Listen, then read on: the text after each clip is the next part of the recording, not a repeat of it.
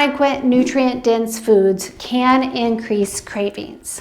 So we're going to break down what really is considered nutrient-dense, or what's going to have the most nutrition in it. And you can see here on this scale, the foods that are listed at the top are going to have more nutrition than the foods listed at the bottom. So minimally or unprocessed foods are things like fruits, vegetables, meats, nuts, eggs, whole real foods that you really don't have to do much to. You're going to the apple tree and you're picking an apple off and eating it. No processing done.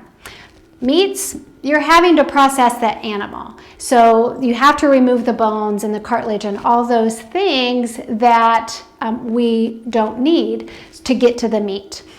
Although processed or minimally processed, it's still high in nutrition. Processed foods are a little bit more tricky because ingredients are added and they're altering the state of the food item. Most typically, they're altering it, but not to a degree that it's unsafe. So you can think of things where they're adding ingredients to make the final product. Maybe they take the apples off the tree and they make it into applesauce, where they're adding some sugar and spices to make the applesauce. That is considered processing. So it's tricky because you have to pay attention to these added ingredients, and you have to learn to minimize those things that you're using. So that's what you have to think about with processed foods. Still going to have good nutrition, but not as high as these things up here where they've done nothing to it. The last is ultra processed. These foods are going through multiple processes to go to the final product.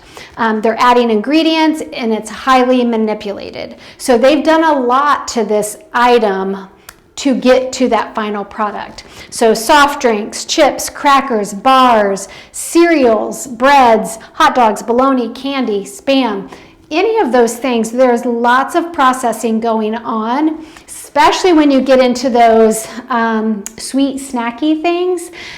You'll see lots of ingredients listed on a very small amount of food. Unfortunately, it can even be ingredients that none of us can even pronounce, or we're even unfamiliar with what that would do in the product.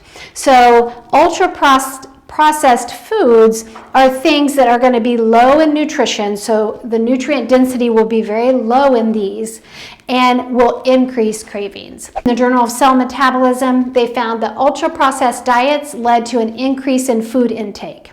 So the people who ate more of these, more bagged, box, container, fast foods, they were able to eat more food in general. In 2020, the Journal of Appetite, they found that increased cravings and poor diet patterns with low quality foods. So if you were following a more ultra-processed diet or getting more foods from the fast food, you are going to have an increase in your cravings from consuming those more frequently. So if you're really struggling with cravings, you have to think about what you're eating on a daily basis.